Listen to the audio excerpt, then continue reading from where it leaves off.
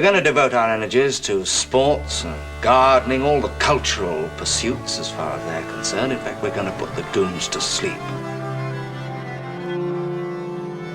Meanwhile, we dig.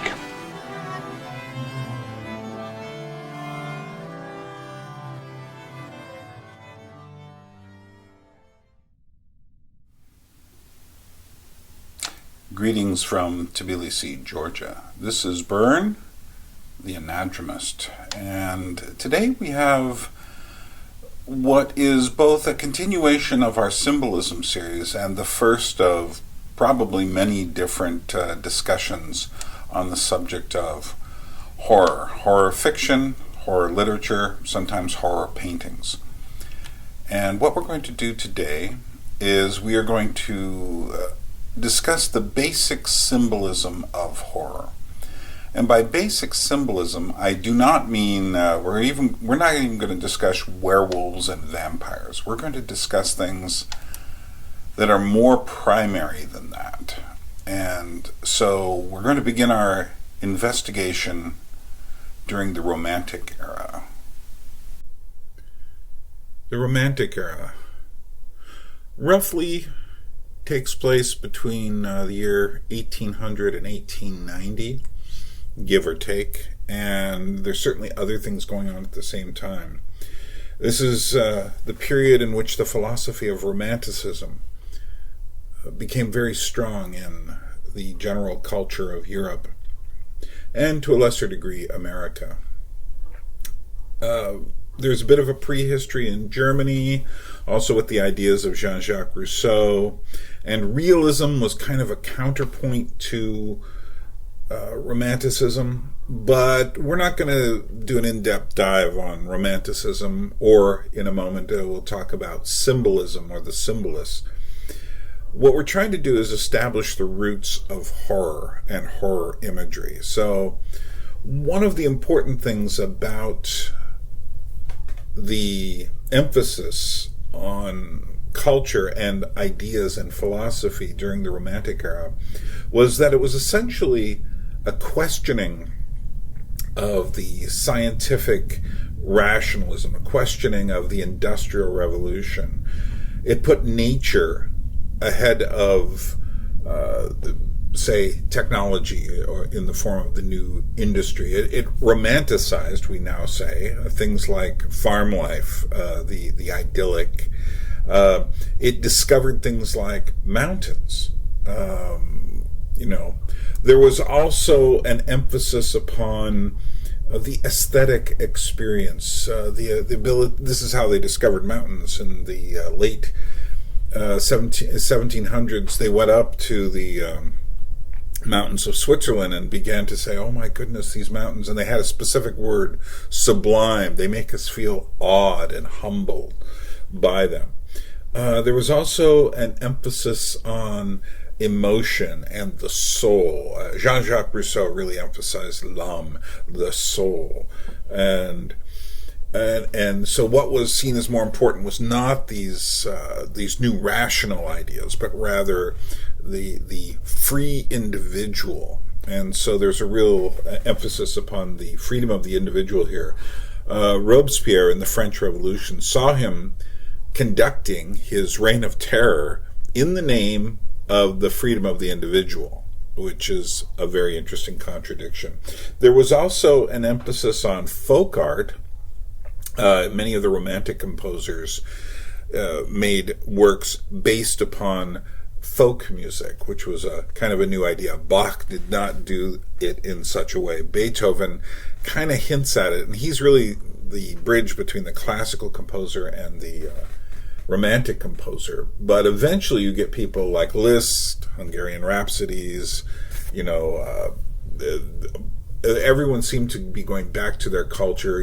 Grieg's music goes back to Norwegian culture and borrows from that. So this also led to nationalism and the rise of nationalism. Prior to that, you had people living in kingdoms or duchies, or there were a few nascent republics, but the idea of the nation. It's during this period that Germany comes together from being a lot of feudal principalities into the nation of Germany. And the same with Italy, by the way. And it's during this period that we start to get what's called Gothic literature. And Gothic literature is essentially the early horror literature, but it also divides off and goes into romantic literature, romance literature, meaning, about people falling in love. And you can see this with the Bronte sisters. And eventually, through Edgar Allan Poe, it divides off again into detective and mystery fiction. So Gothic literature is quite an unusual fountainhead of ideas. Anne Radcliffe's The Mysteries of Udolpho, lots of clanking chains. There was a real interest in the Middle Ages. One of the aspects of all parts of modernism in my book is that they go back to an earlier age, borrow from it, and retool it for the new age. So where the rationalists and the Renaissance went back to classical antiquity, the Romantics are going back to the Middle Ages, and they're very into medievalism. In fact, the word Gothic comes because they named these cathedrals Gothic cathedrals. They weren't really made by the Goths, except as the people who settled in France and Germany and such. The rulers were from old Gothic families who had taken over from the dregs of the Roman Empire. So, but Gothicism became a thing. So the interest in castles and ruins, in old cathedrals and such. This is very much an aspect of this Romantic period. And then the art began to exhibit this as well. So, for instance, Goya is a Romantic era artist, and one of the first who really starts to emphasize horror in his painting. So, for instance, in what's called his capriccios, caprices, although they're anything but capricious, they're very dark and filled with witchcraft and demons. His most famous one from that series of sketches is called The Sleep of Reason Leads to Monsters, which I think is really telling.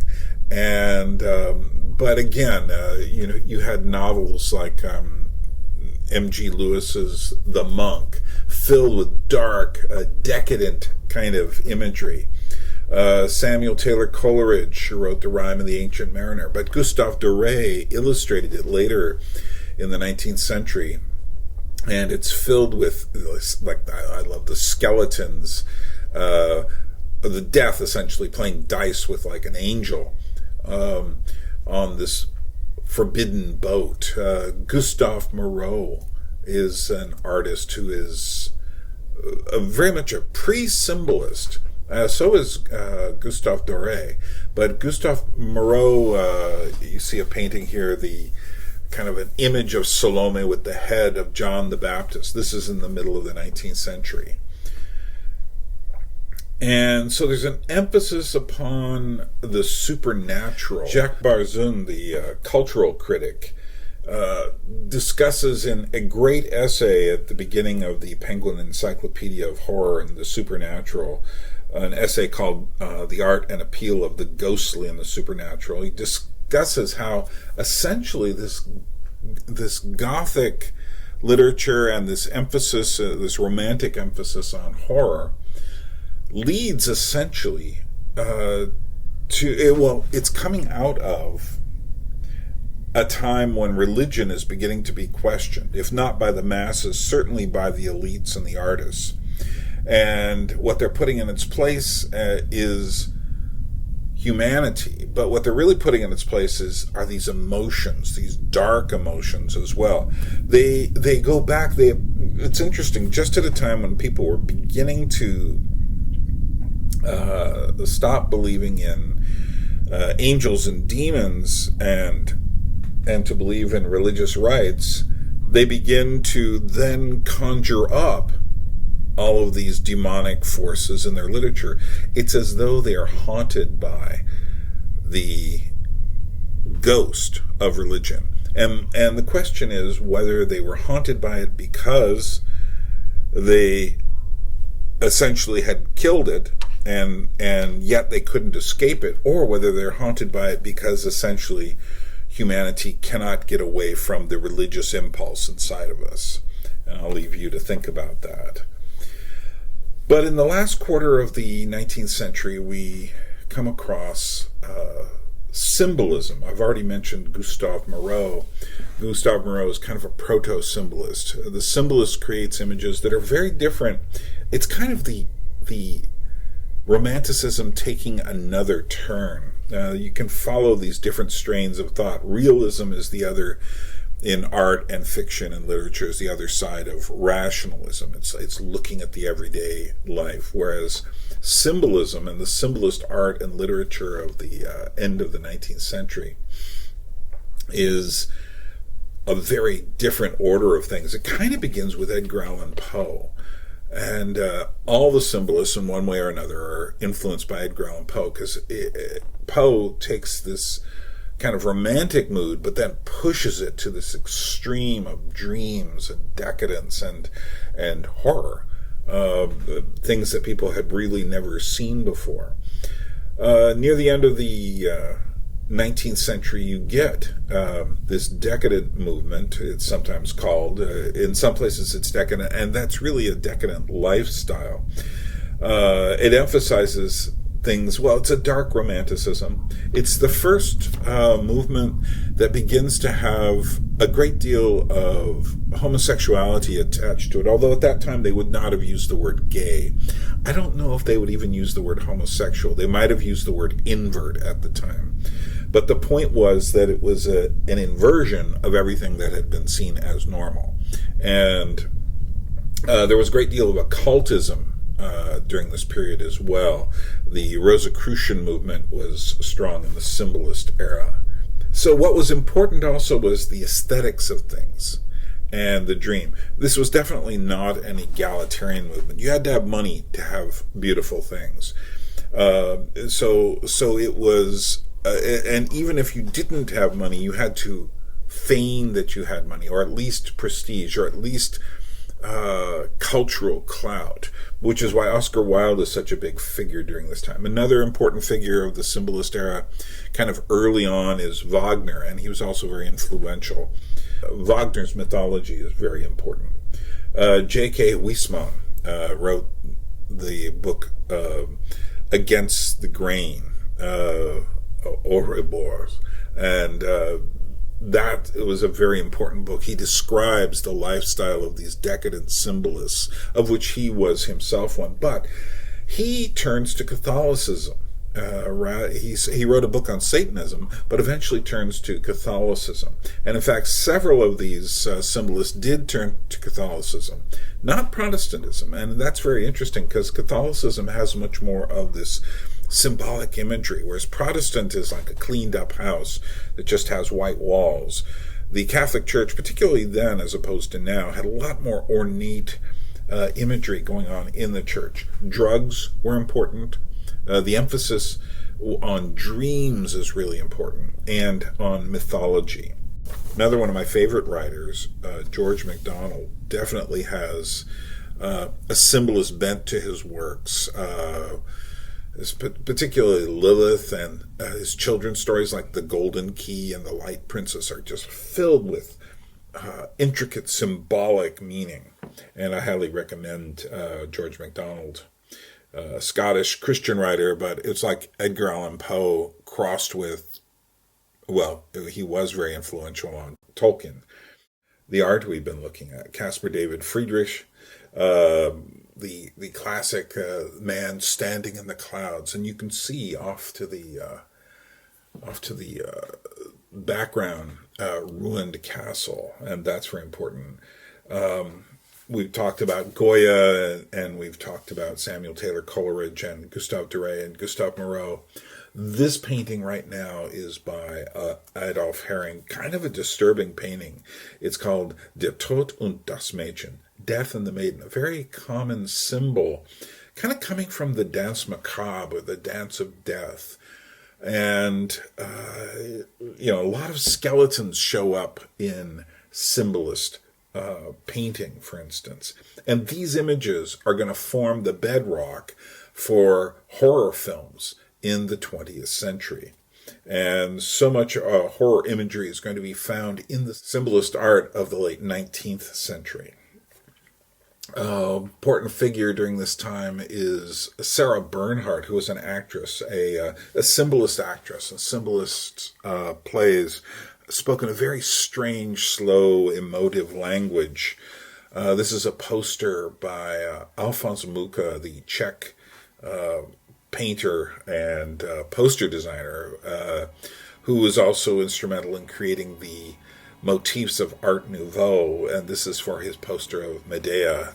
And you can see it moves from beauty all the way down to death and horror imagery. Connected with symbolism and Art Nouveau is Expressionism, and Expressionism is important because you now take some of those symbolist ideas, but now your way of portraying them, it's very loose. It's almost like it mixes with Impressionism. Impressionism was a much more realism-based art, and that is to say, most of Impressionism is pictures of, flowers and cathedrals and daily life. And the Impressionists weren't concerned with any sort of mythological substructure to their work. They took their art and painted outdoors, which was like a revelation to people. But in Expressionism, for instance, it moves from things like Edvard Munch's The Scream, which you see here, to something like The Cabinet of Dr. Caligari, which is German Expressionism. But here in this poster, you really see the connection between Dr. Caligari and the Edvard Munch. That is to say, a similar looseness of style, an expressive style.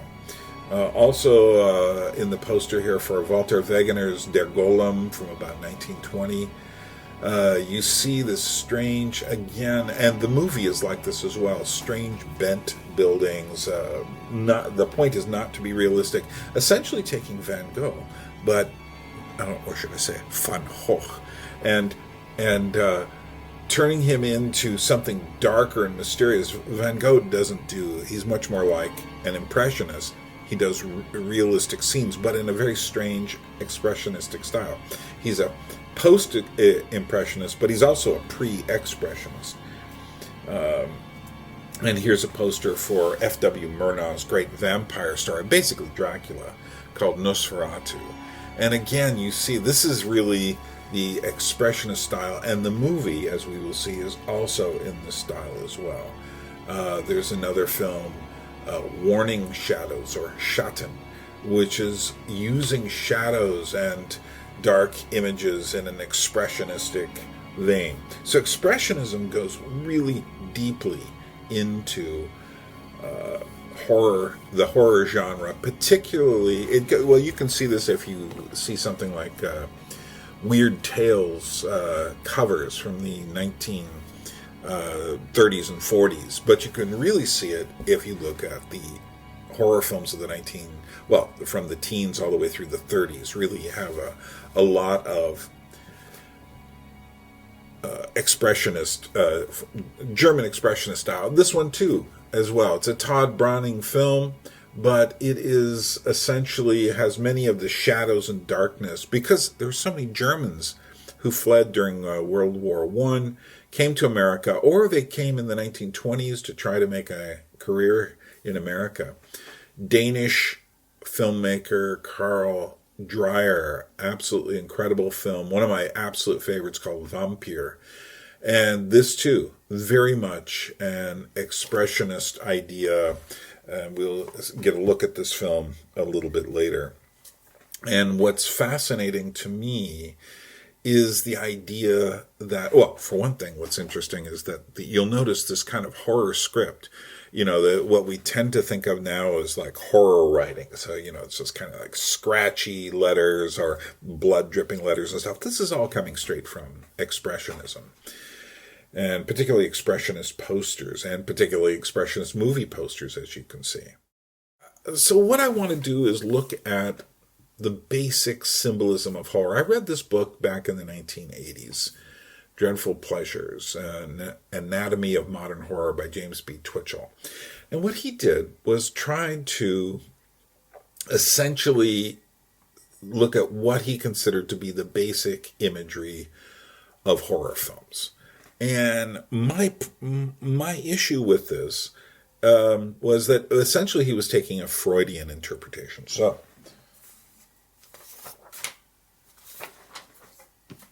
for one thing, and I'm not sure he's wrong here, he thought horror films were largely geared towards teenagers.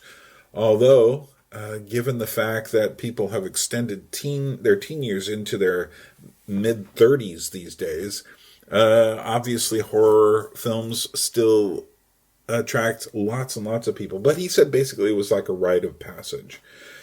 He also saw characters like Dracula. Obviously there's strong sexual imagery in Dracula.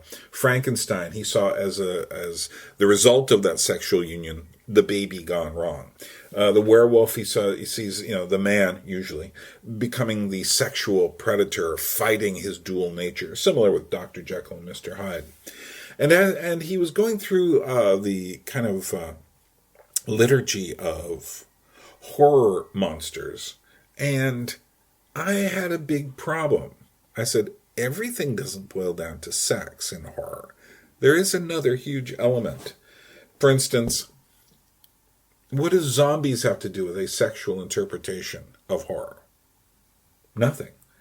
They're shambling. They can be male or female. It's all about the body mindlessly moving on. It has no sexual components. There have been one or two depictions of zombie romances, but we all know that's kind of silly, So it's really been more about death and the mindlessness coming back for us, or the skeleton. Most people can't tell a male and female skeleton apart just by looking at it quickly. The skeleton is a very neutral image, and it's an image of death, which we'll discuss. But as I started thinking about it back in the 80s, I would say that these ideas here are what I've arrived at as, unlike Mr. Twitchell's ideas of what he considered basic horror imagery, which has to do with monsters exclusively, and this Freudian interpretation of them as sexual beings, which, like I said, there's obviously something to it, but you can also stretch this to the breaking point as well. My feeling is these are what's underneath everything. And the very first thing is, the very first basic horror image is the dark.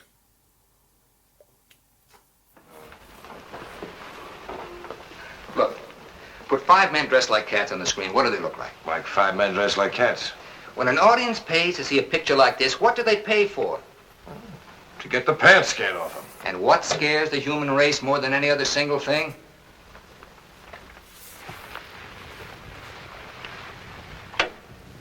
The dark. Of course. And why? Because the dark has a life of its own. In the dark, all sorts of things come alive. Suppose we never do show the catmen. Is that what you're thinking? Exactly. No catmen. All right. Now, what we put on the screen, it'll make the backs of their necks crawl. 2 eyes, shining in the dark. A dog, frightened, growling, showing its fang. A bird, its neck broken, feathers torn from its throat. A little girl screaming, claw marks down her cheeks. That's from a film called The Bad and the Beautiful, directed by Vincent Minnelli. And what's interesting about film and darkness is they actually don't like each other. Because one of the most difficult things to get in a film is absolute darkness. And in fact, one of the things that, whenever you see nighttime in a film, it's always a stylized nighttime, because I've been in dark woods where you can't see a thing. And that is truly, truly, truly scary. But darkness is universal, and it's a difficult thing to deal with in films. It also represents the unknown, and it represents sleep. But if you can deal with the dark in a certain way in a film, it is so effective. You were saying the cats. It torment me. I wake in the night, and the tread of their feet whispers in my brain. I have no peace, for they are in me. In me? In me?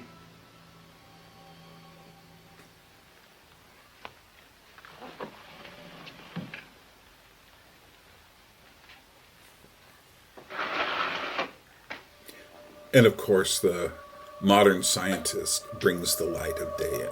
Meanwhile, the dark suggests the dream.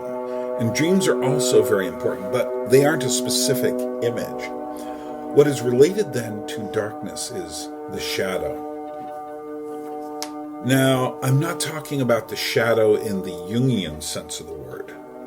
I am talking about it in our actual experience of shadows, of the dark reflection of ourselves on a wall or on a street or in a corner. These are images from the movie Nosferatu by F.W. Murnau. And Murnau understood, and I think the Expressionists in general understood much more than we do today, the power of shadows. I find the early period of horror films the most fascinating for many of these basic elements. And sometimes we get so convoluted, having seen way too many horror films, that we no longer know how to create horror out of these most basic elements. And yet I feel if you know how to do this, you know how to make a great horror film. This is from a film called Warning Shadows, or Schatten. And this is a film not many people have seen. Unfortunately, you can't really see the clarity of the film that well here. Someone's put some sort of smudgy, they wanted it to look old, whereas an actual print of the film on a DVD or Blu-ray is going to look better than this. But you have a character who is a shadow puppeteer. He's shown shadow puppets to these people. Look at what he's doing with the shadows here. He's changing people's shadows, and then he moves them in the shadow world to the other side of the table. And now everything that happens in the film after this happens in this shadowy other world. And what he's done is he's seen the hearts and desires of these characters, and how the husband is filled with rage and jealousy. The wife has taken a lover. The husband's friends are just greedy sycophants who will do whatever he says. And eventually he is going to have his friends in this dream world kill his wife. And you'll see this scene in just a second. It's a very haunting scene. But all the worst things in this dream world happen in shadows. Shadows continue to be used. For instance, in modern films, occasionally, Freddy Krueger's shadow, Dracula's shadow in Bram Stoker's Dracula, Coppola's film. And this is, of course, another scene from Nosferatu, as is this. Now, this shows us something different. Besides the shadow, another thing that some of these older films focused on was sleepwalking, or somnambulism, which I find to be tremendously creepy. And this, of course, is from The Cabinet of Dr. Caligari from 1920. And Cesare, the somnambulist who's kept locked in his kind of hypnotic sleeping state, is sent on a mission by the evil Dr. Caligari to go take this woman, or at least to kill her. But look at the tension that's created just by this strange, slumbering, walking figure who is not fully awake.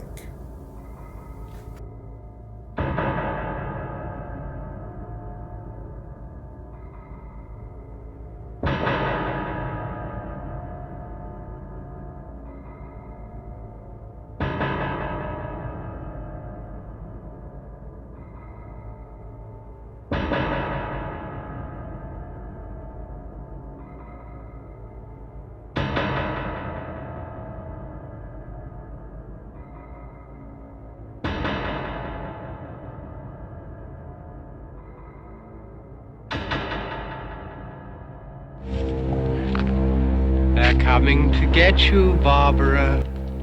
Closely related to the Sleepwalker is the zombie, and George Romero finds this very interesting connection in his original Night of the Living Dead in 1968.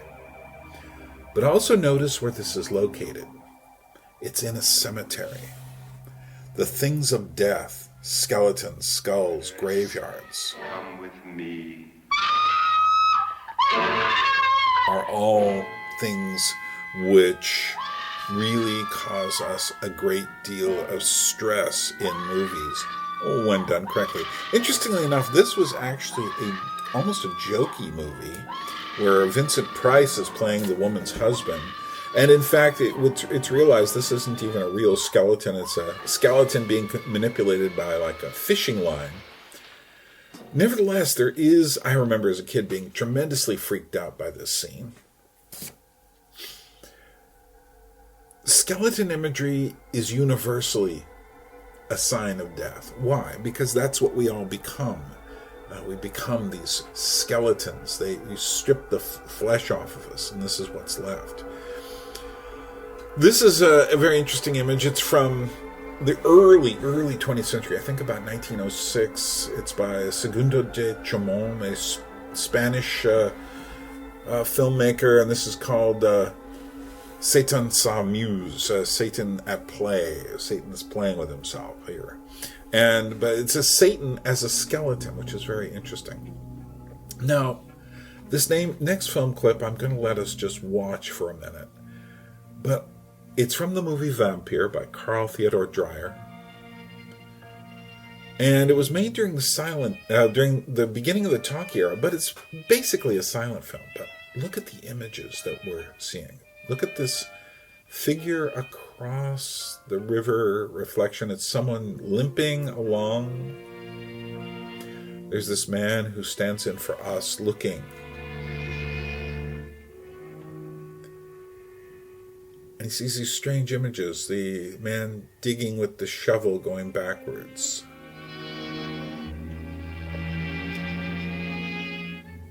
He enters the door. 2 doors, actually. The one he just passed through the gate, and then this one. Doors are very important. And now we start to see shadows. And this is a shadow of the strange reflection he saw outdoors. But it's a man with one leg. And given us this was made after World War I, probably really was a man with one leg.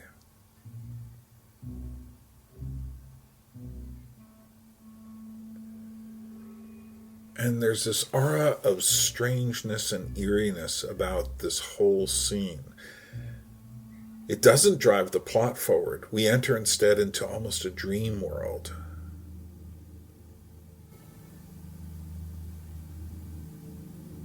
A strange old woman comes out. She ends up being the vampire. I'm giving it away, but not really. This is at the very beginning of the film.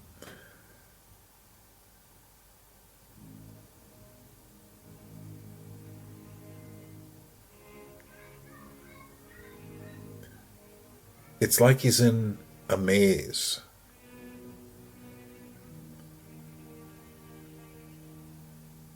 And then the man's shadow finds him again. And then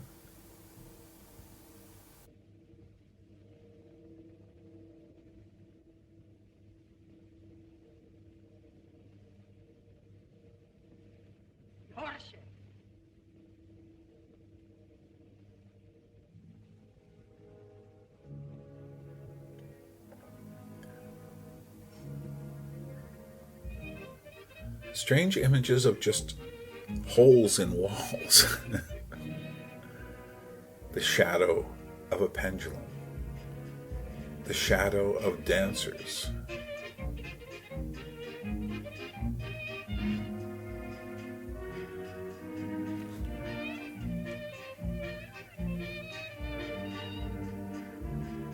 Just shadows.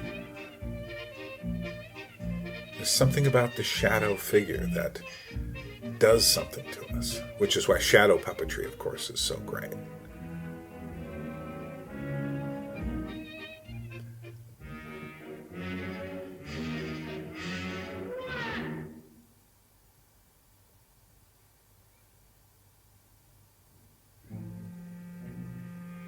And why does he keep showing this man digging backwards? I don't know. Again, it's very much a dream. And the dream is another one of those things that's very important in horror films, the dream-like quality. Because in so many horror films, we know this can't happen, and yet these things still affect us.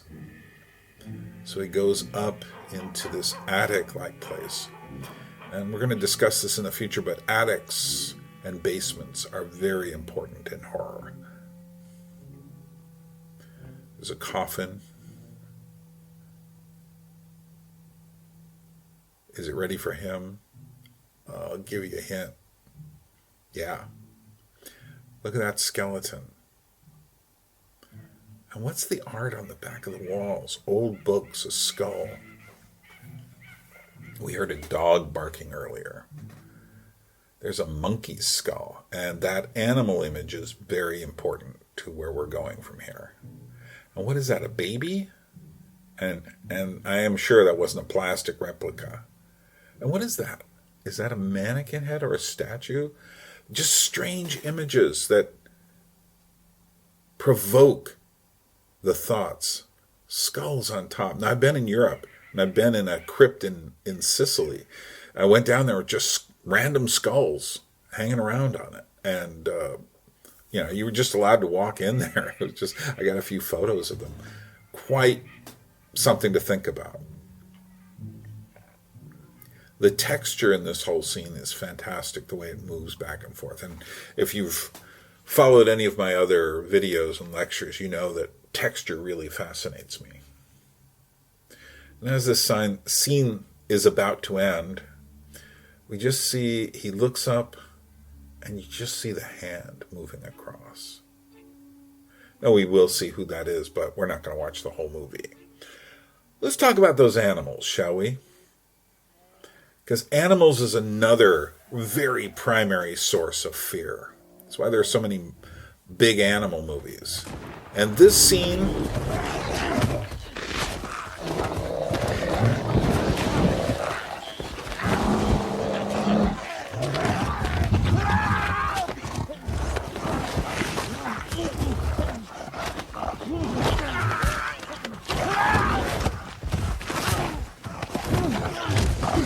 from the movie The Revenant is, having lived in Alaska, I can tell you, when I saw this in a movie theater, I was glued to the back of my chair because I said, yeah, this is a bear attack. And I kept telling Leo, don't move. Like at a certain point halfway through this, we stop at about the halfway point. The bear wanders off, and but it's not just the wild animal. Sometimes it's man's best friend. There are so many horrifying dogs in movies, and other animals as well. Earlier we did see a scene from Cat People. That was from Cujo, of course. And the animal... Black Phillip Sif, you are wicked. Does he really speak to thee? The farm animal, in this case Black Phillip from The Witch, easily one of the eeriest animal nightmares in recent times. And then there's the inexplicable use of animals in Hitchcock's The Birds. We are never given a reason why the birds are attacking people, what they want. We're just shown them. And yet that's how we see animals. They're just there. And through humanity, animals have been a source of strange frustrations for us. And what is our relationship to them? And horror films often prod at this question in a way like some direct statement by PETA could never tell you. In fact, the horror film understands the animal. PETA thinks the animal is some sort of romantic creature, but these are not. And this is from the 1931 Todd Browning version of Dracula, near the opening. Several things come to mind. First, the death imagery, the coffin. Then, what's really important about this place is there's an animal. Interestingly enough, rather than being a rat, that's a possum, which is kind of a freaky looking rat. And then an insect. So, two strange animals. And then a woman. We will discuss women in films at another point. But it's the architecture that's so important at the beginning of Dracula. It is the crypt, it's the stairs, it's the cobwebs on the architecture. So architecture plays a very, very important mood-enhancing ingredient in horror films. But this, of course, is coming out of the Gothic era. Now, Dracula, as written by Bram Stoker, is actually more of a symbolist creation and has that decadence attached to it from the symbolist era, which is why I think it is Dracula is such a sexual being, because it was during the symbolist era that there was this emphasis upon not just the emotion, but sensuality. And here is the repository of an armadillo, or two. Or three. I saw a third one back there. But it's the old Europe which is fading, that world of dukes and barons and old families. I am Dracula. Now, this is from a strange film. It's called The Maze by William Cameron Menzies. I think it's from about 1953. And what's interesting here is that, well, there's a shadow going under the door. Notice the lighting, very much film noir lighting. But of course, film noir lighting comes from German Expressionism just as much as it does in horror films. Now, this isn't the greatest film in the world. The actual conclusion is a little, I won't say silly, but they didn't have the special effects to really pull it off. But what's really interesting to me about this film is the architecture. Now, she goes around looking, and there's some other elements we're going to start to see. Of course, the light. At some point I'll talk about the light in the darkness, but not in this one. There's a whole use of candles and lights, although that candle is not really lighting the room, as you can see. But here, there's a tapestry or a curtain on the wall, and she goes to look behind it. Now, just pay attention to that fabric for a minute. Also notice what she's put on in terms of her nightgown. She goes into the dark place, and now she enters the cobwebbed room. Of course, spiders are a great source of fear for so many people. Spiders are probably way up there in terms of creatures that give human beings phobias. In Alaska, I mean, I knew all these kids who would be around bears, but show them a spider? Yeah, a little bit of a flimsy bat there, but, they just didn't have the special effects to pull it off. Go with it as someone from the 1950s, and it looks really different. But here's the important thing. It's going up to the attic. And the attic takes you to hidden secrets. It's almost always true in horror films. Now, I love the lighting here. Look at the shadow on her nightgown. I guess that's a night robe. She goes up this old, decaying stairway.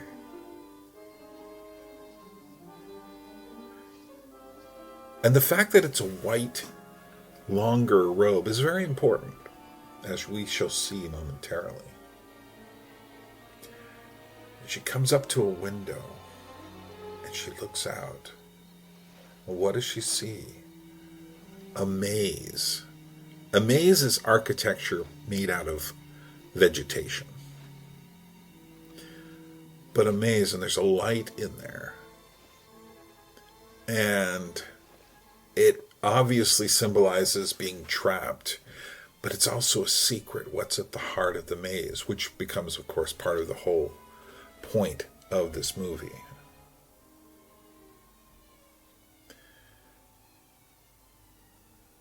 And of course, the maze harkens back to Stanley Kubrick's maze in The Shining.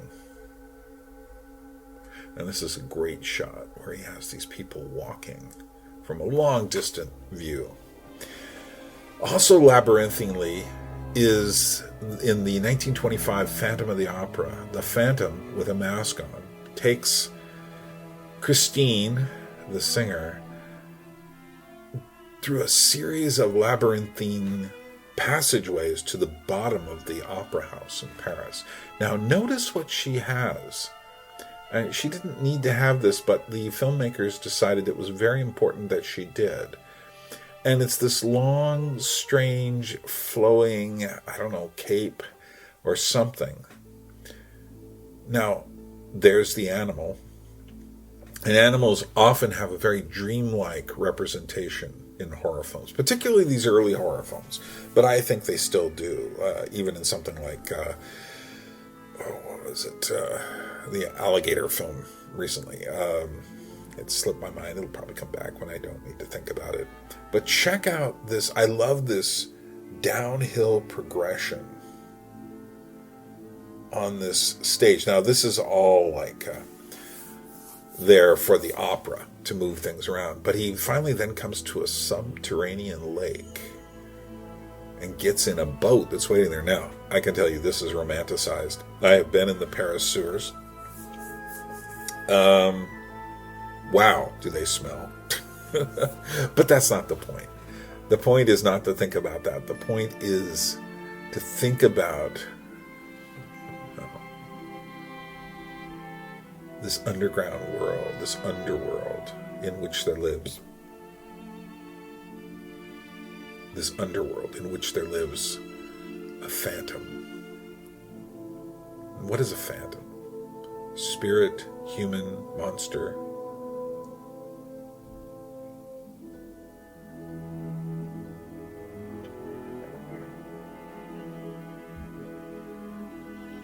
And there is a light at the front of the boat that he hangs. Although, again, it's not a light that produces much actual light in terms of cinematography. But nevertheless, there's the symbolism of the light in the darkness, which, again, is something you often see in horror films and has a very specific kind of resonance. In this case, it's guiding. And again, this strange use of fabric and material. And finally, he arrives at the place he actually lives. But look at the architecture here. And the architecture is resonant and dreamlike. And how did the door open? Again, it's a dream. We're not here to ask questions about who's down there opening the door. People who ask those kind of questions, like who opened the door, are what Alfred Hitchcock called the plausibles. They always want a plausible reason for why everything happens in a film. This is very obviously dream imagery. It doesn't require explanation. It requires that you look and that you enter the dream and use it to reflect on life. Now, this is another film that very, very few people have ever seen. It's called The Fall of the House of Usher, or in French, the real name is La Chute de la Maison Usher. It's from the Edgar Allan Poe story. Notice this fabric. And the fabric becomes the most important element here. Now, if you know the story, is Jean Epstein made this film. Now, if you know the story, you'll know that near the end of it, the sister who is dead, or we thought was dead, comes back from the grave to haunt the brother, or to take the brother down to hell. But, so there's the wind. And then there are these curtains. And in this whole scene, in fact, in many points in this film, it is the fabric doing the work. So after architecture, we come to this strange thing of fabric, of curtains, of veils, of tapestries, of different things moving. And this all has a deep meaning. Like, so, for instance, it's suggested in the Edgar Allan Poe story that the house splits in half. But what he's doing in this film is suggesting it with things moving around. Obviously, he's got some kind of fan or something moving things around. But it's that sense of movement through the wind. But the wind, like in the old Greek and Hebrew, wind also meant spirit. And it also meant breath. And you still see that sense in the images where you have the costume or the fabric moving. Now, if you look way in the back of this scene, you'll see the woman coming in. She was buried in this ceremonial veil, but it could also be seen as a wedding veil. So the veil, the dress, very much has the implications of the funeral and the wedding in so many scenes. Think of the scene of the burial gown in Bram Stoker's Dracula, the Francis Ford Coppola movie. And it's just elaborate, and but nevertheless very necessary. I find fabric is very important in Bram Stoker's Dracula film as well. But here you have, you do see her face, but you almost don't need to, because the fabric itself is suggesting something ghostly. And is she beautiful or is she ugly? You don't know. There's a scene in George MacDonald's Lilith book where the narrator is following Lilith, and she's wearing a hood and cloak, and he can't get in front of her to see whether she's beautiful or ugly, and she's walking him along the through the forest at night. And it's that tension between beauty and ugly. What is it that I find very fascinating? And that, I believe, is completely a symbolist image. This is from 1928, but it's definitely symbolism of the late 19th century, and with a bit of a slide into the 20th century. But what's interesting is that a lot of symbolist ideas went straight into horror films. And we'll see this as we continue.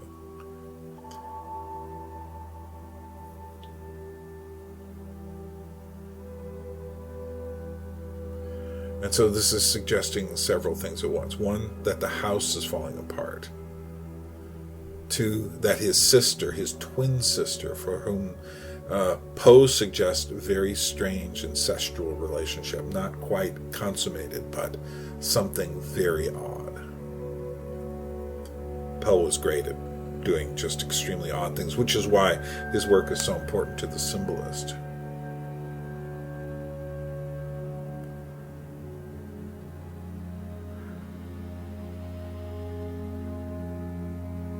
And I'm noticing that tree there. I realized we could have spent a while talking about, and I should have spent more time perhaps talking about trees and forests and other natural things that create horrific sensations within us.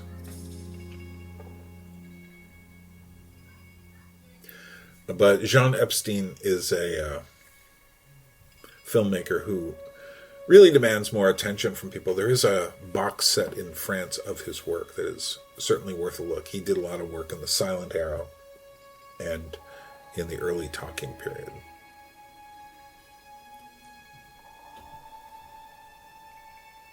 So one thing that was interesting is that in the early 20th century in Italy, in the teens of the 20th century, there was a strange grouping of films and actresses.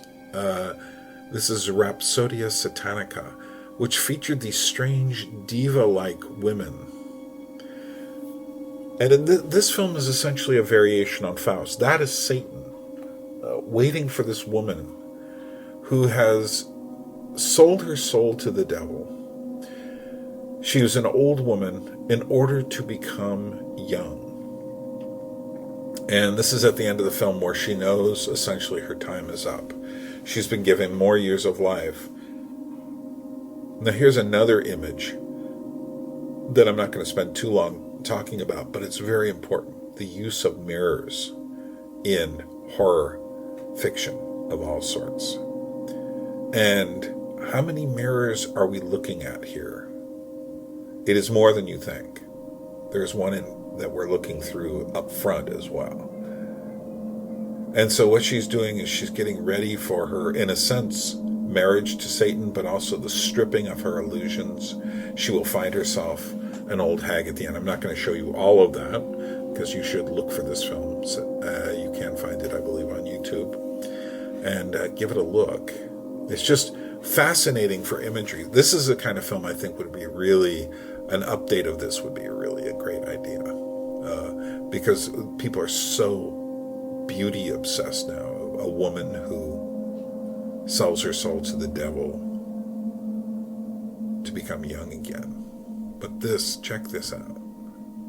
Now look how many mirrors you're actually looking at here. There was about 4 or 5 right there. And then she puts on the wedding veil. But then again, is this wedding or funeral? And she's walking around a bit like a somnambulist, going towards the devil who is calling her. This is Lyda Borelli, who starred in many of these strange diva films from the teens of the 20th century in Italy. That's a great shot. Just look at the light on that, and the shadow. It's silhouette shadow. The devil is a shadow. Just genius. They had a word for her. It was Borellissima. To be like Borellissima is to have extravagant emotions. This is just purely symbolism in the art romantic sense of the word. Check this out.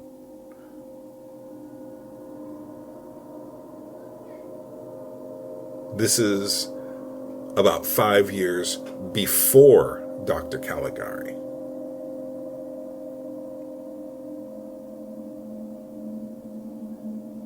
And that weird color flickering effect is because all of the frames on this film were hand-painted.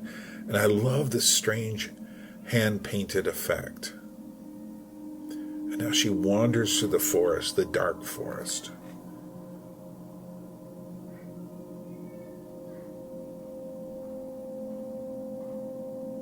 And who's waiting for her? Well, we know who. And we'll cut before we show you her as an old woman. Let her dream. But then there's this figure. Again, mummy films are highly, highly symbolist works. And this is the scene at the beginning of the 1932 Mummy. Boris Karloff playing the mummy.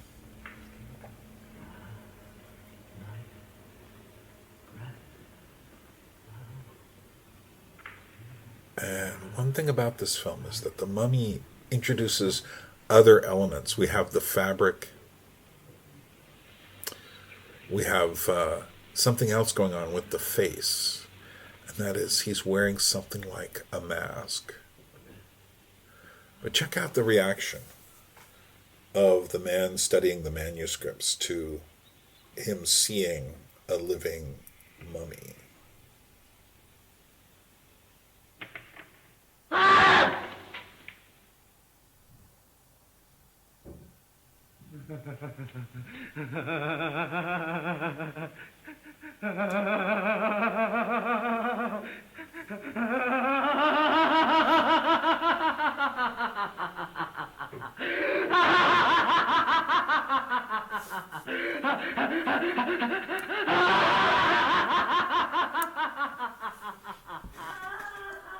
Insane laughter. What's the matter, man? You don't see insane laughter that much these days, although you do find it in the Joker movies, and particularly Joaquin Phoenix's Joker has brought the insane laugh back. And I think for these times, very important. So this brings us to the subject of the mask. Masks are very important. This is from Stanley Kubrick's Eyes Wide Shut.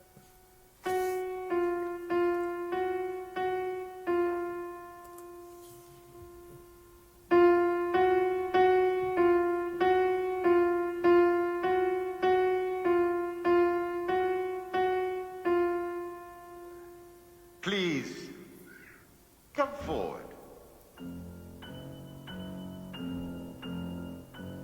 And Stanley Kubrick uses the Venetian carnival mask. He used them from many different creators of these masks. So there's a variety of different kinds of masks here. But these are all Venetian carnival masks, which have a very eerie quality. They were used to disguise people. For instance, the rich could walk around without people knowing who they were, or people could get up to nefarious things without knowing who they were. So the mask disguises the intention of the person.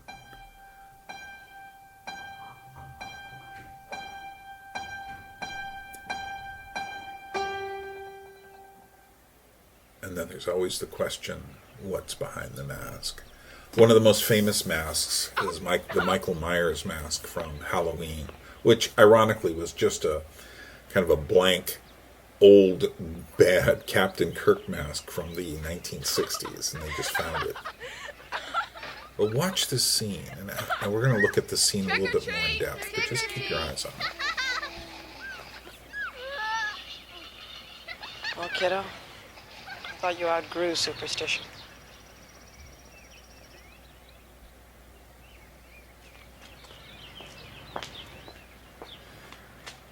Jamie Lee Curtis in perhaps her most iconic role.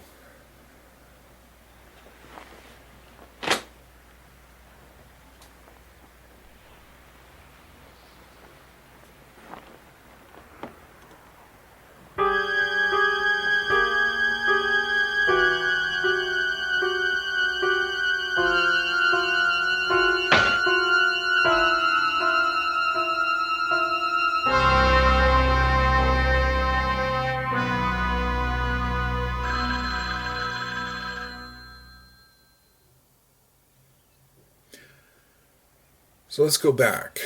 She walks along, and she stops. But now look at that. What was that? You see, one of the strange things about this film is what's just out of sight and you hardly see. So look again. See that figure? There were actually two of them. So it wasn't Michael Myers, but just the suggestion of someone there. And then children in Halloween costumes. Well, it's actually not even Halloween yet, but that doesn't matter. Now look again. Look at those curtains. I told you about the relationship of fabric, and windy fabric in particular. There's Michael Myers in that dead mask, like a spirit.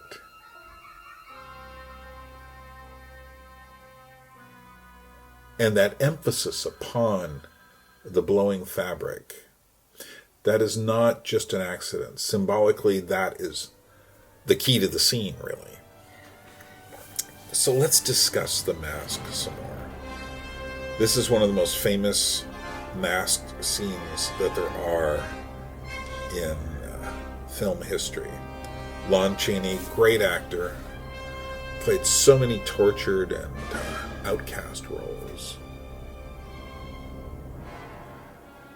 He's kidnapped Christine, the opera singer, the young opera singer, but she wants to know what's behind the mask, as do we, the audience. And so she has decided to do it and to take the mask off.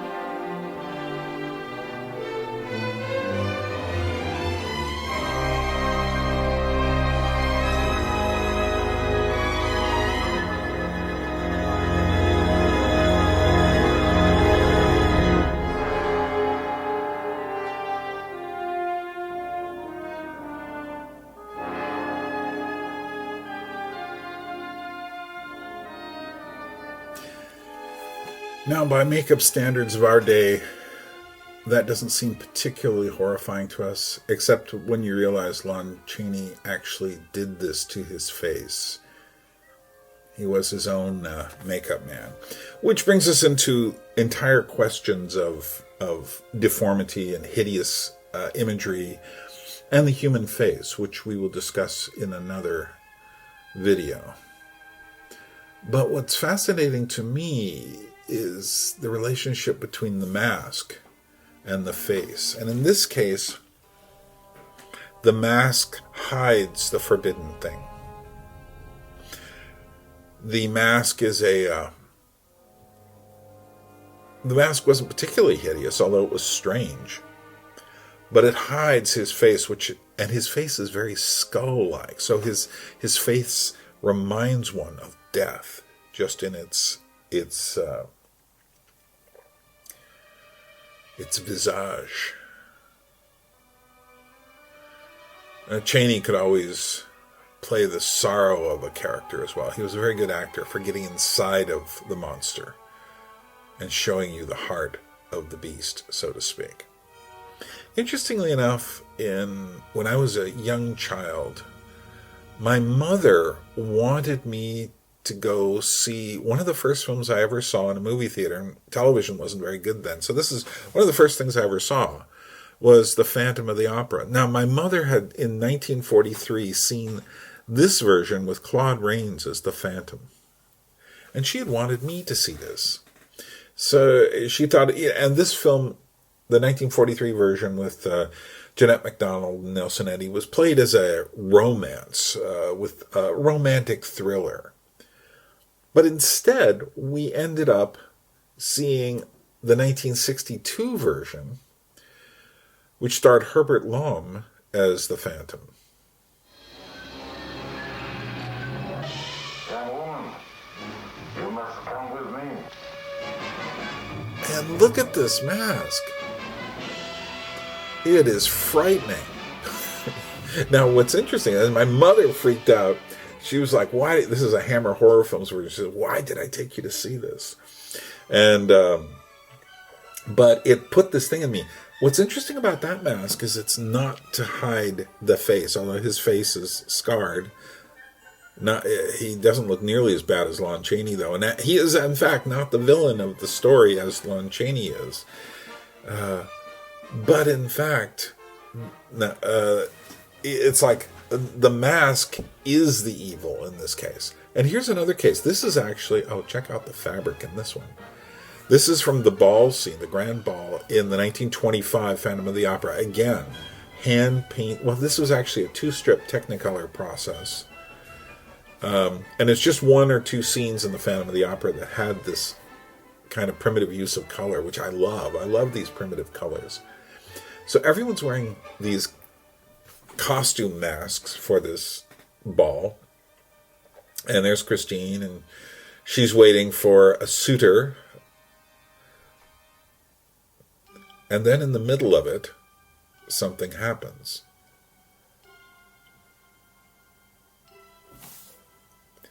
The Phantom decides to visit the ball.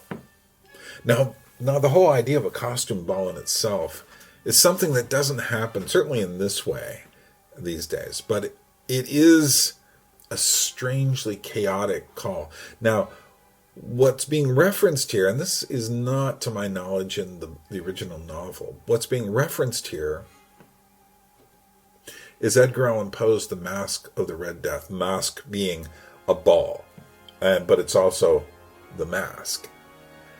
And Chaney comes out as the Phantom wearing a skeleton mask. And everyone stops, and he has a presence much like the Red Death in Edgar Allan Poe's story. He's wearing red. He represents death. And look at the clowns and all these masks. Someone dressed as a jester comes up to him, but he is death.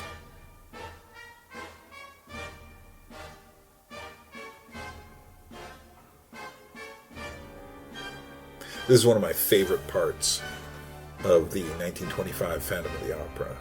because it's the kind of thing you just don't see this sort of attention to emotional detail anymore. Just Chaney, his parents were deaf mutes, and so most silent acting is pantomime, but Chaney's pantomime is like at the top of the pile. And his ability just to hold his hand in a certain way and to create motion out of his hand when he's masked is absolutely incredible. Now, this is one of my favorite movies of all time, Les Yeux sans Visage, or The Eyes Without a Face. Georges Franchot, 1959, came out the year before Psycho. And check out this mask. It is a blank mask worn by a woman who was in a terrifyingly bad car crash. And the whole story is essentially questioning the nature of beauty and the nature of ugliness.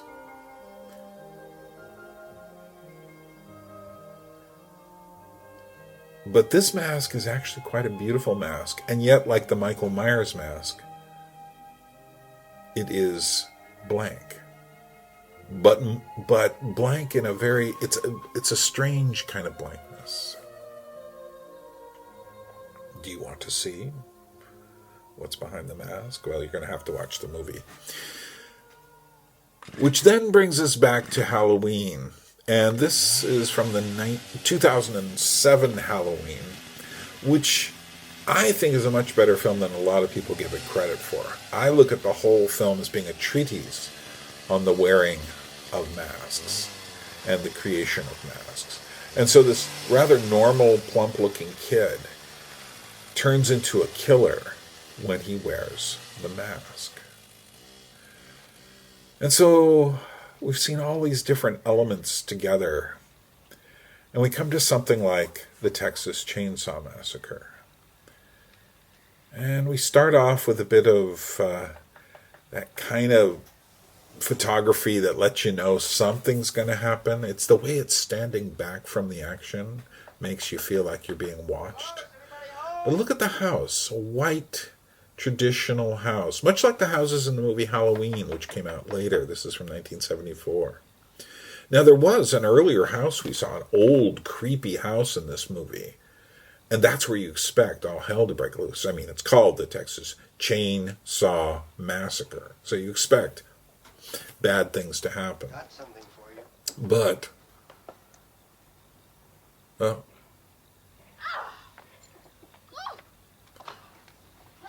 But then you go inside, and now all the elements are at play all at once. Hello? Darkness, old architecture, Hello? fabric. The texture in this film is absolutely incredible. And of course, one of the most infamous masks in the history of cinema. Hello? Anybody home? Hello? The sound of animals. Animal skulls.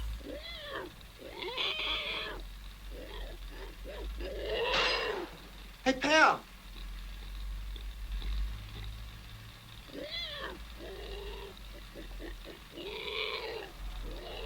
Hello?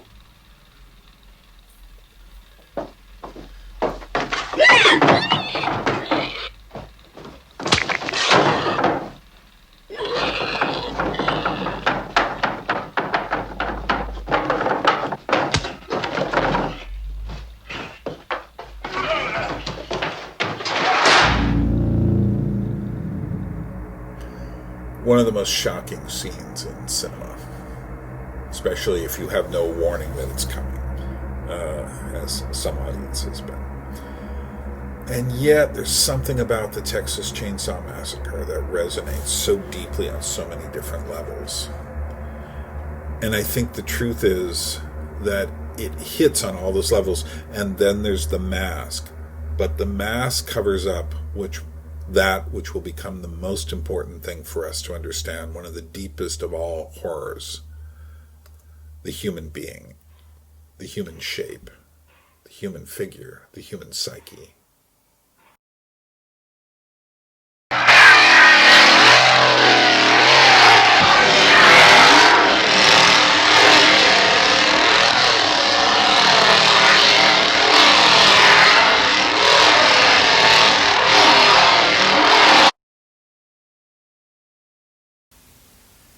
So there you are, the basic images of horror, the basic symbolism of horror. Darkness, death, shadows, sleepwalking, dreams, masks, animals. When we come back and do this again, we'll then tackle a much thornier problem, something even more frightening to us. The human figure, the human body, the human shape, and the human psyche. What it means to be human, the dark side. Well, anyway, before I get out of here, let me just remind you, you can, smite the button down below. You can subscribe. You can, well, if you really like this stuff, you can throw a few coins into the pot through PayPal. See the link below. Well, thanks for coming, and we'll meet again soon. This is Bern from Tbilisi, Georgia, saying, swim against the stream. That's the Anadromist life. A people without history is not redeemed from time. For history is a pattern of timeless moments.